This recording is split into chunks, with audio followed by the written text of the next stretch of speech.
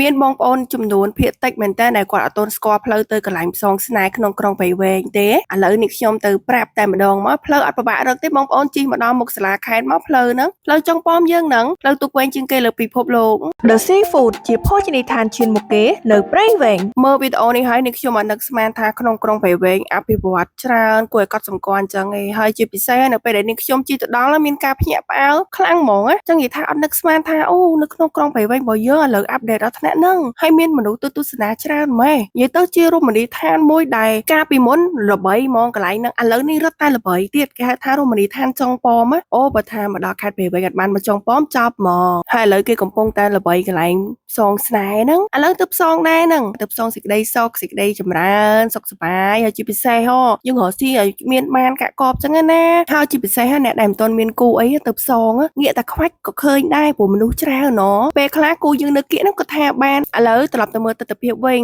មិនថាបងប្អូននៅក្នុងក្រុងព្រៃវែងផ្ទាល់ទេសូម្បីតែបងប្អូននៅតាមបណ្ដាស្រុកគាត់អញ្ជើញមកលេងនៅទីនេះដែរមនុស្សច្រើនមែនតើនេះមានទាំងអ្នកលក់ដូរមានទាំងអ្នកទៅទស្សនាអង្គុយលេងមានមិត្តភ័ក្តិបងប្អូនសាច់ញាតិគ្រួសារអីគឺអញ្ជើញទៅមើលអស់ហើយពេលដែលបងប្អូនមិនទាន់ទៅដល់គិតថាប៉ុណ្្នឹងស្អាតហើយចុះល្មមតែបងប្អូនទៅដល់ទៀតស្អាតដល់កម្រិតណាណផ្សងដល់ទេវតាបងប្អូនអើយហើយនេះគឺជាទស្សនវិជ្ជាជាក់ស្ដែងនៃនេះខ្ញុំថតផ្ទាល់ហ្មងបងប្អូនច្រើនមែនតើគាត់មានឡានមានម៉ូតូមានសក្លោអីហ្នឹងគាត់អញ្ជើញមកអស់ហើយសូម្បីតែយាយគាត់ជិះលម៉អីមកទឹកមកលម៉អី